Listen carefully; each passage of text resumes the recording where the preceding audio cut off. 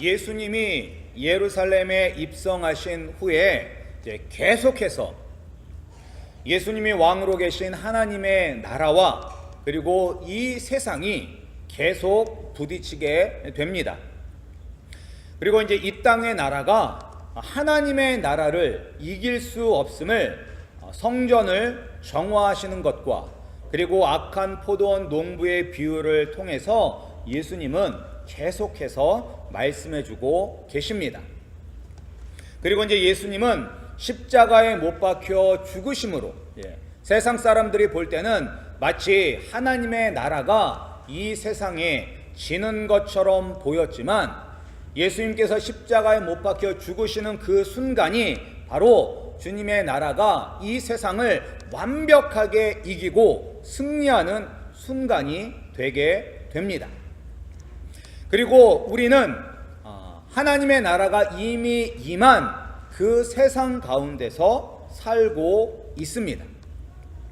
따라서 우리가 예수 그리스도를 믿는다면 비록 우리가 이 땅에 발을 딛고 살아가고 있지만 이 땅에 속한 사람이 아니라 예수 그리스도가 다스리는 하나님 나라에 속한 천국 백성이 되는 것입니다.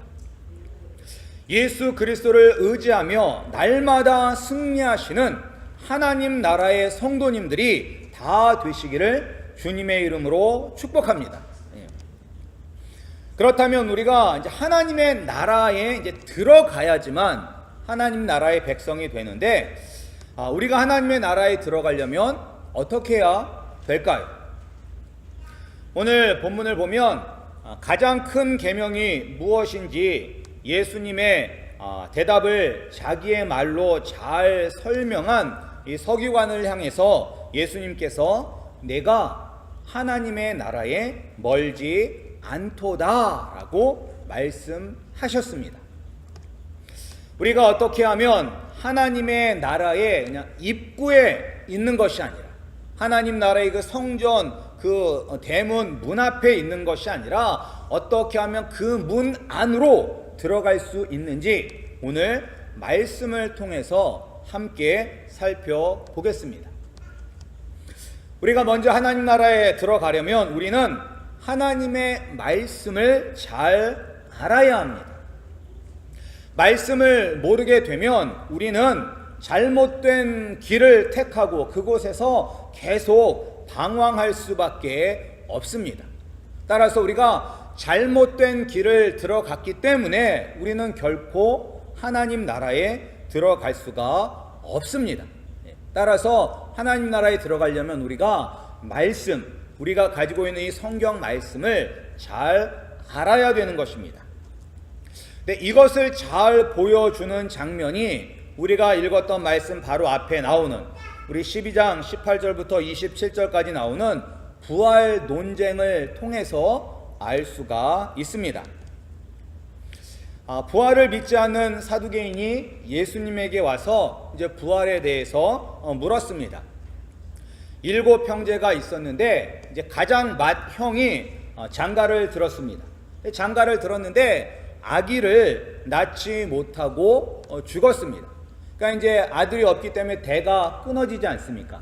그래서 이스라엘에서는 그러니까 대가 끊어지는 것을 막기 위해서 이제 둘째가 형수와 결혼함으로 말미암아 그 첫째 아이는 이제 형의 아들이 되게 되어서 그 가문을 잇게 되는 것입니다.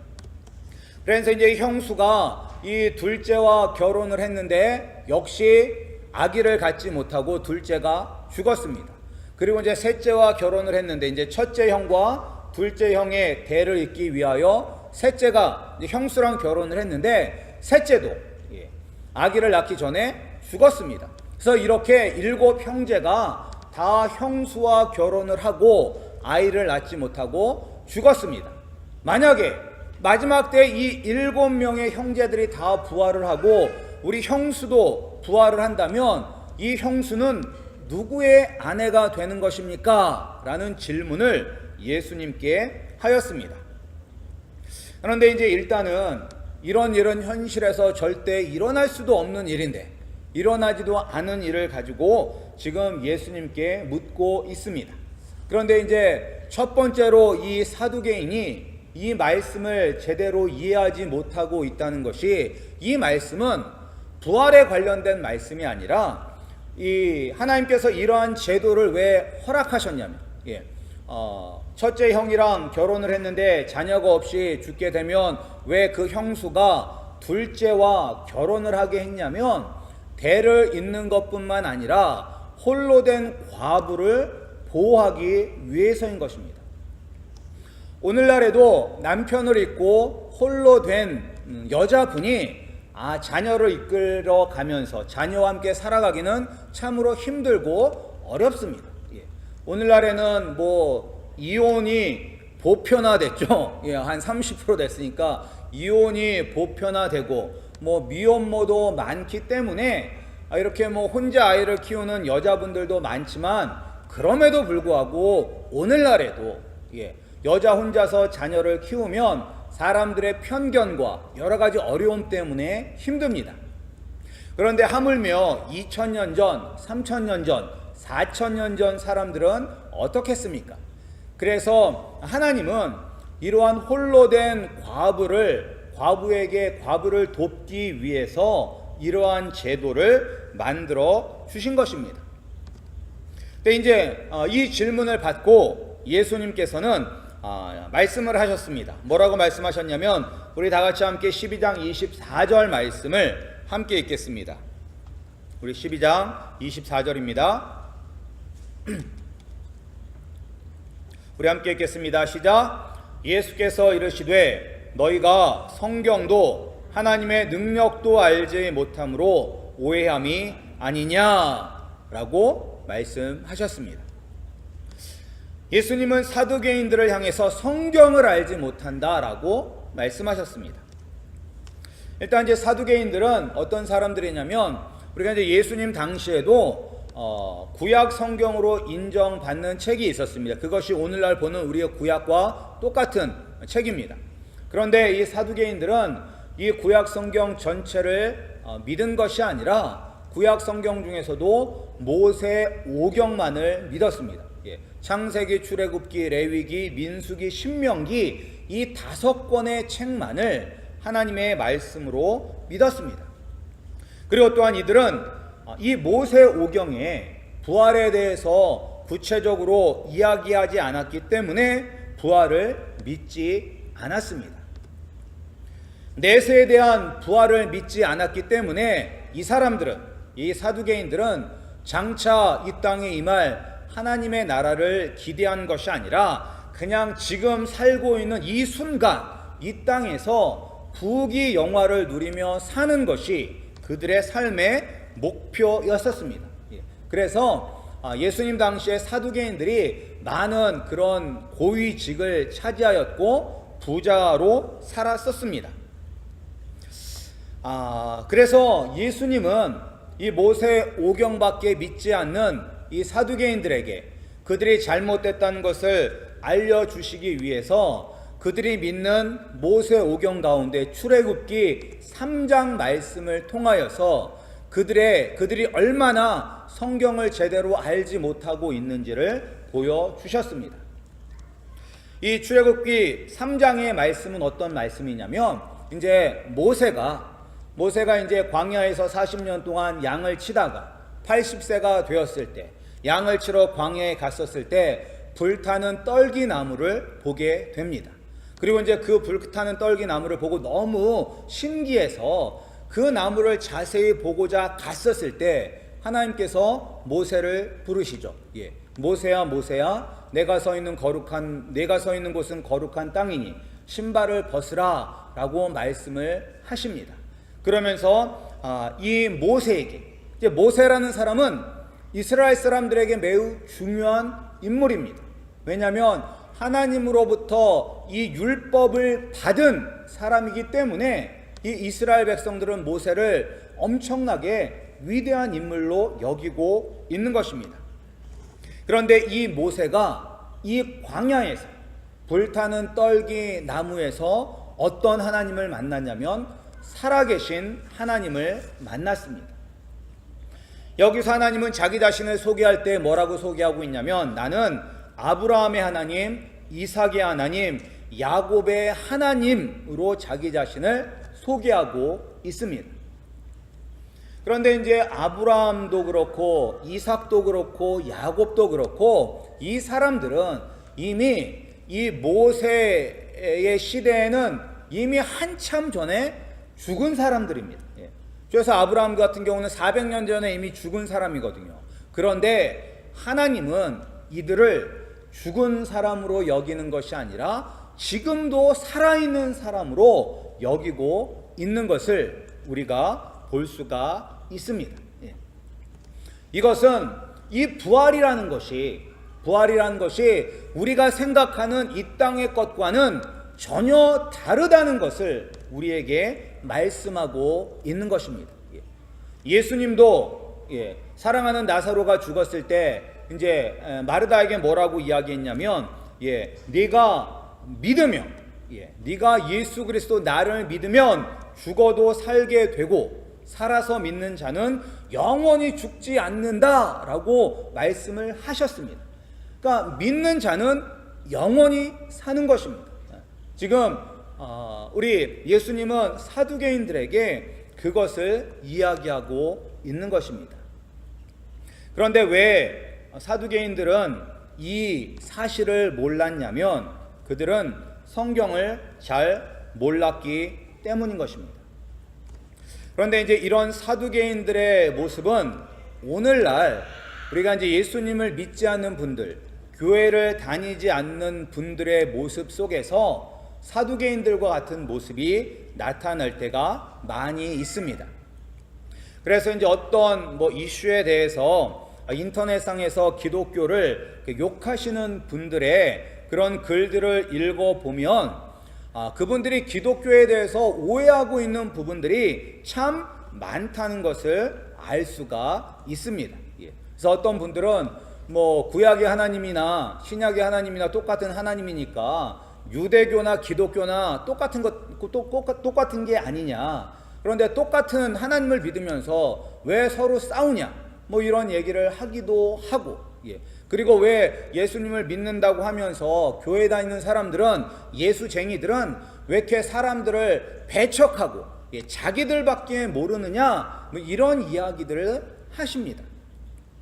근데 그런 것은 전적으로 성경을 잘 이해하지를 못하기 때문에, 성경이 우리에게 이야기하는 것이 무엇인지를 제대로 알지 못하기 때문에 하시는 그러한 오해인 것입니다. 그리고 또한 일부 몇몇 사람들의 잘못이 마치 기독교 전체의 잘못인 것처럼 오해하는 경우도 많이 있습니다. 그런데 왜 이런 일이 일어나느냐? 그것은 바로 성경을 모르기 때문인 것입니다. 따라서 우리가 기독교에 대해서 잘 모르기 때문에 예수님에 대해서 오해하시는 분들이 있다면 우리가 그분들에게 성경을 잘 풀어서 가르쳐 주어야만 하는 것입니다. 그런데 문제가 있습니다. 문제는 무엇이냐? 우리가 성경을 모르기 때문에 그들에게 설명할 수가 없다는 것입니다. 그러니까 사두개인들이 누구냐? 사두개인이 바로 내가 될 수도 있는 것입니다. 세상 사람들이 교회에 대해서 물어볼 때, 예수님에 대해서 물어볼 때 내가 성경을 모르기 때문에 그들에게 제대로 답변을 하지 못하고, 그리고 성경대로 살지 못하는 경우가 참 많다는 것입니다.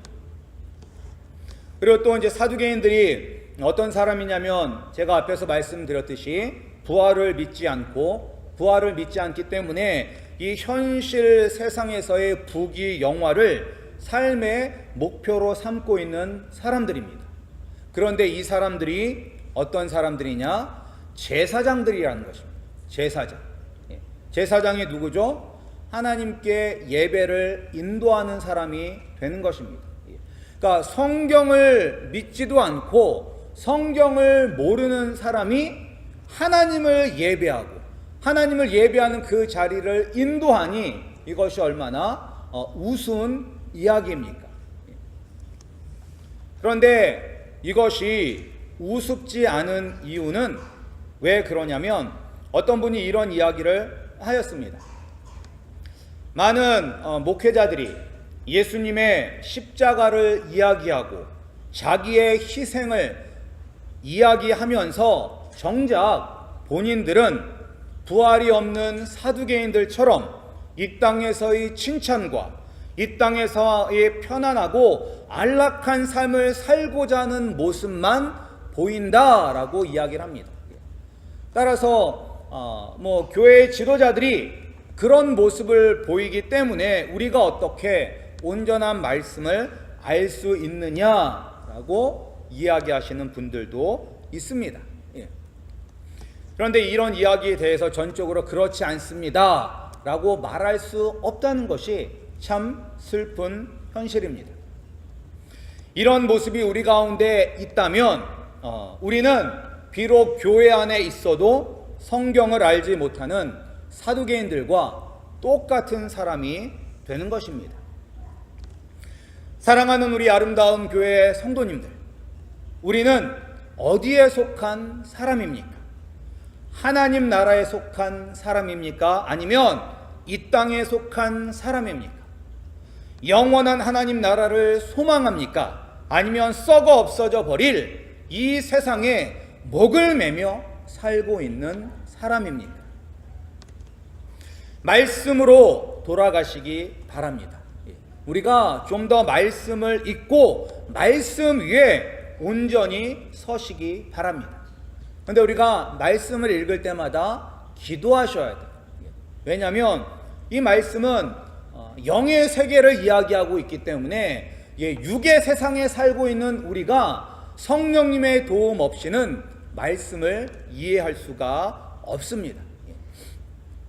따라서 우리가 날마다 예수님을 의지하며 성령으로 충만하게 되어 영의 눈으로 말씀을 볼 때 그때 우리가 이 말씀을 온전히 이해하게 되고 또한 하나님의 나라를 보게 되고 하나님 나라의 백성답게 살 수가 있는 것입니다. 우리 성도님들, 여러분 자신을 한번 돌아보시기 바랍니다. 내가 얼마나 하나님의 말씀을 알고 있는가? 내가 하나님을 잘 알지 못하면서도 하나님 말씀을 더 알고자 하는 그런 마음이 과연 나에게 있었는지 여러분 자신을 돌아보시기 바랍니다. 우리가 교회를 오래 다녔다고, 교회에서 이것저것 많이 했다고 하나님의 나라에 대해서 아는 것은 아닙니다. 말씀이 없다면 우리는 아무것도 모르고 살아가는 사람이 되는 것입니다. 정말로 말씀을 사모하고 말씀을 묵상함으로 말미암아 말씀을 온전히 이해하는 그런 하나님의 은혜가 우리 성도님들 가운데 있기를 주님의 이름으로 축복합니다. 그런데 오늘 말씀에 보면 이런 사두개인보다 어쩌면 더 불쌍한 사람이 있습니다. 그 사람은 바로 우리가 읽은 본문에 나오는 서기관입니다. 예수님이 이제 사두개인들과 이 부활에 대해서 논쟁을 할 때 예수님이 답변을 하시는 것을 이 서기관이 보고 그는 매우 흡족하고 만족해했습니다. 왜냐하면 이제 서기관은 주로 이제 바리새인들이 하는데 이 바리새인들은 부활을 믿었기 때문인 것입니다. 그리고 이제 종교적으로나 정치적으로 이 사두개인과 바리새인들은 서로 반대가 되는 사람들이었습니다. 사두개인들은 모세 오경만을 믿었다면 이 바리새인들은 구약 전체뿐만 아니라 입으로 전해져 내려오는 그런 랍비들의 이 율법 선생들의 가르침까지도 그들은 믿었습니다. 그리고 또한 부활을 믿음으로 말미암아 이 세상에서의 부귀영화보다는 장차 임할 하나님의 나라를 사모하였습니다. 그런 서기관이 지금 예수님에게 한 가지 질문을 하였습니다. 예수님, 모든 계명 가운데서 가장 첫째가 되는 가장 중요한 계명은 무엇입니까? 라고 물었습니다. 이 질문에 대해서 과연 이 율법 중에서 가장 중요한 율법은 무엇인가 라는 것에 대한 이 논쟁은 이 유대 랍비들 사이에 끊임없이 계속되었습니다. 이 바리새인들은 십계명과 그리고 모세 오경 외에도 이제 구전으로 전해져 내려오는, 입에서 입으로 전해져 내려오는 613개의 계명을 지켰습니다. 그 중에서 이제 248개는 적극적인 그런 계명이고, 그리고 365개는 소극적인 계명이 있었습니다. 그러니까 엄청 많잖아요. 10계명에다가 모세 오경, 신명기라든지 그리고 레위 같은 건 다 율법에 관련되니까 그 계명에다 거기에다 613조의 계명들이 있었으니까 이 많은 계명들 가운데서 가장 중요한 것은 무엇일까 하는 그런 논쟁이 끊임없이 있었던 거예요. 이 질문에 예수님은 조금의 망설임도 없이 말씀하셨습니다. 뭐라고 말씀하셨는지 우리 한번 29절부터 31절까지 다시 한번 함께 읽겠습니다. 우리 29절부터 31절까지 말씀입니다. 함께 읽겠습니다. 시작. 예수께서 대답하시되 첫째는 이것이니 이스라엘아 들으라. 주 곧 우리 하나님은 유일한 주시라. 내 마음을 다하고 목숨을 다하고 뜻을 다하고 힘을 다하여 주 너의 하나님을 사랑하라 하신 것이요. 둘째는 이것이니 내 이웃을 내 자신과 같이 사랑하라 하신 것이라. 이보다 더 큰 계명이 없느니라. 이 말씀은 신명기 6장 4절 5절 말씀과 그리고 레위기 19장 18절 말씀을 인용하신 것입니다. 특별히 처음 말씀하신 이스라엘아 들으라 라고 시작하는 이 말씀은 신명기 6장 4절 5절 말씀으로 이스라엘 유대인이라면 누구든지 아침 저녁으로 묵상하고 또 손목에다도 메어 다니면서 시시때때로 보는 아주 중요한 말씀인 것입니다. 그리고 이 말씀은 10계명을 요약하는 말씀입니다. 우리가 10계명이 1계명부터 4계명까지는 하나님에 대한 우리의 의무이며 5계명부터 10계명까지는 사람에 대한 의무입니다. 그런데 이 하나님을 사랑하는 것과 내 이웃을 내 몸과 같이 사랑하라는 이 말씀은 이 1계명부터 4계명까지를 요약한 말씀이며 그리고 5계명부터 10계명까지를 요약한 말씀인 것입니다. 이 예수님께서 말씀하신 것은 무엇이냐면 우리가 하나님을 전 인격을 다하여 몸과 마음과 뜻과 정성을 다하여 사랑하고 그리고 하나님을 사랑한다면 하나님의 형상으로 지음받은 형제 자매를 내 몸을 사랑하듯 사랑해야 된다는 것입니다. 근데 이제 예수님께서 이렇게 말씀을 하시니까 이 서기관이 옳소이다 라고 하면서 이제 끼어드는 것을 볼 수가 있습니다. 이제 옳소이다 라고 한 것은 이제 예수님의 생각이 자기의 생각과 일치했기 때문에 그렇게 이제 옳소이다 하면서 그가 이제 대꾸를 한 것입니다. 대꾸를 했을 뿐만 아니라 거기에다 이제 자기의 의견을 더 첨가를 하는 것을 볼 수가 있습니다. 하나님을 사랑하고 이웃을 사랑하는 것, 이것은 예수님께서 말씀하신 것이고 거기에다 자기가 더 첨가를 하죠. 뭐라고 첨가하냐면 모든 번제물과 기타 제물보다 낫다라는 말씀을 첨가합니다. 이 말씀은 사무엘상 15장에 나오는 말씀이며 호세아서 6장에 나오는 말씀입니다. 이 서기관이 이렇게 이야기하자 예수님은 서기관의 지혜를 칭찬하시면서 내가 하나님의 나라에서 멀지 않도다라고 말씀을 하셨습니다. 근데 왜 예수님은 자신의 생각과 동일한 생각을 하는 이 서기관을 보면서 왜 하나님의 나라에 멀지 않다라고 말씀을 하셨을까요? 예수님의 생각과 동일한 생각을 했다면 예수님께서 그래 너 참 지혜롭게 이야기했구나. 너는 이미 하나님의 나라에 들어왔다 라고 말씀을 해야 될 것 같은데, 하나님의 나라에 들어왔다라고 이야기하지 아니하고 하나님의 나라에 가깝다라고 이야기하고 있습니다. 가깝다라는 것은 아직은 들어가지 못했다는 거예요. 아직은. 이 세상에서 가장 불쌍한 그리스도인이 누구냐라고 했었을 때, 가장 불쌍한 그리스도인은 어떤 사람이냐면 99% 그리스도인이 가장 불쌍한 그리스도인이라고 합니다. 그 이유는 100% 그리스도인이 되지 않으면 하나님 나라에 들어갈 수가 없기 때문인 것입니다. 내가 뭐 90%, 95%, 99%, 99.99%가 된다 할지라도 100%가 되지 않는다면 하나님 나라에 들어갈 수가 없습니다. 지금 이 서기관이 아마 그런 케이스죠. 예수님께서 지혜롭게 말씀하시는 거 보고 하나님 나라에 멀지 않다라고 이야기했기 때문에 한 98%나 99% 정도 된 것입니다. 그러나 그도 하나님 나라에 들어가기는 부족한 것입니다. 그렇다면 우리가 무엇이 부족한 걸까요? 이렇게 예수님과 똑같은 생각을 하고 있으며 말씀에 대해서 잘 알고 있잖아요. 이 사람은 사두개인들과는 틀리게 말씀에 대해서 잘 알고 있는데 도대체 이 사람은 무엇이 부족한 것일까?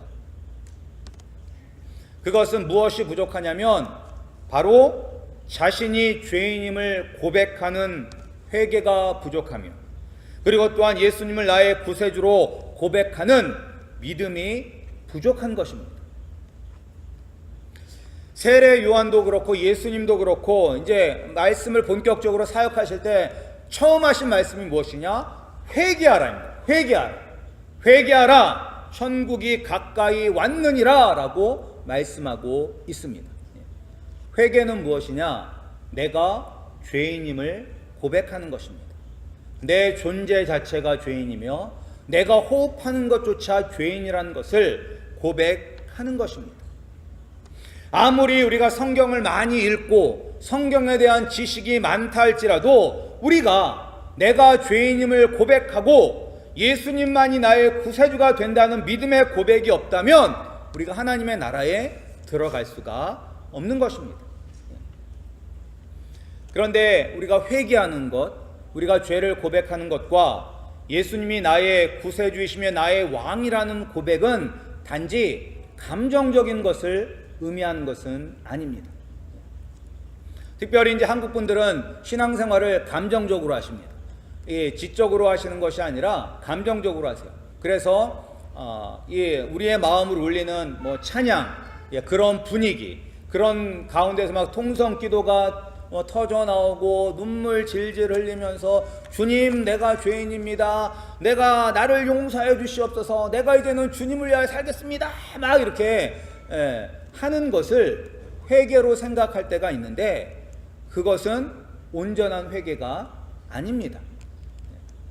물론 내가 죄인이라는 것을 깨닫게 되면 통회하는 마음이 생기지만 거기서 그치면 그것은 회개가 아니라 우리가 예수님을, 내가 죄인이고 예수님을 믿는 그 순간부터 예수님은 나의 모든 삶, 생명, 재능, 재물, 이 모든 것까지도 예수님께서 다스린다는 것을 믿는 고백이 필요한 것이며 그렇게 살아야만 되는 것입니다. 우리가 부자 청년을 기억하시기 바랍니다. 부자 청년. 부자 청년은 영생에 대한 그런 관심이 있었습니다. 그리고 예수님께 왔잖아요. 그래서 예수님께 와서 어떻게 하면 내가 영생을 얻을 수 있습니까? 라고 했더니 예수님께서 십계명 말씀하시면서 말씀을 지켜라 라고 했더니 이 부자 청년이 내가 어려서부터 그 말씀을 지켰습니다 라고 고백했어요. 그러니까 예수님께서 그 청년을 이렇게 기뻐하시면서 근데 네가 한 가지 부족한 게 있다. 그것이 무엇이냐면 내 재산을 팔아서 가난한 사람들에게 나누어주고 나를 따르라 라고 이야기를 했어요. 그런데 그때 부자 청년은 근심했죠. 왜? 재물이 많은 거로 근심하고 그냥 돌아갔습니다. 그 말은 무엇이냐? 그는 자기가 죄인임을 고백한 것도 아니고 예수님을 자기의 왕으로 믿음으로 고백한 것도 아닌 게 되는 것입니다. 우리가 아무리 말씀을 잘 이해하고 성경을 수십 번을 읽고 율법을 지킨다 할지라도 내가 죄인임을 고백하고 예수님을 나의 왕으로, 나의 삶의 왕으로 영접하지 않으면 교회에 들어갈 수가 없는 것입니다. 우리 성도님들은 어떻습니까?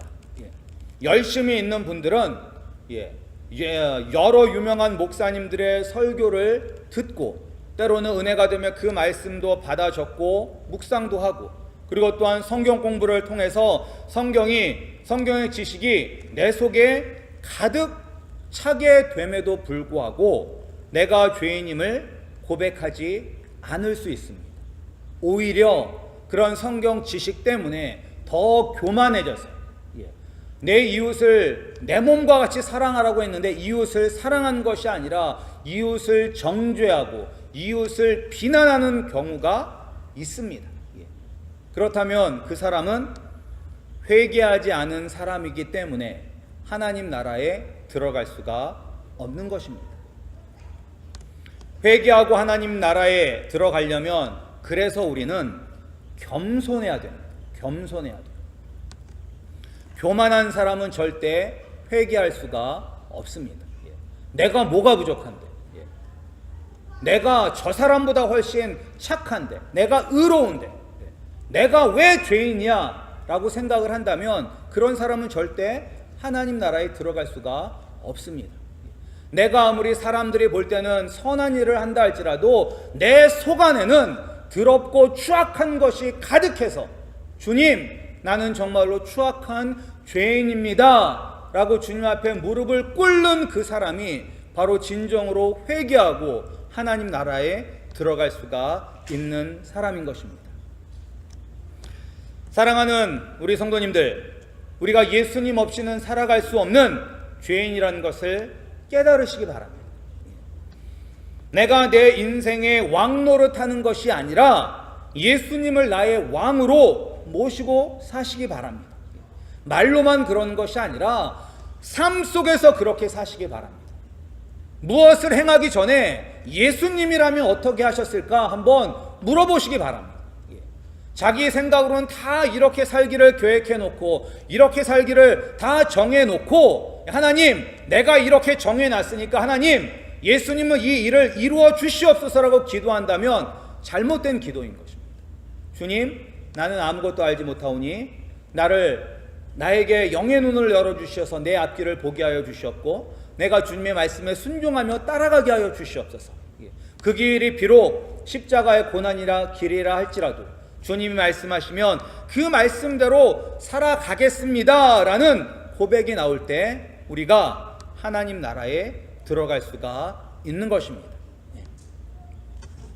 우리가 그렇게 예수님이 다스리시는 하나님 나라에 들어간다면 결코 세상이 우리를 이길 수 없습니다.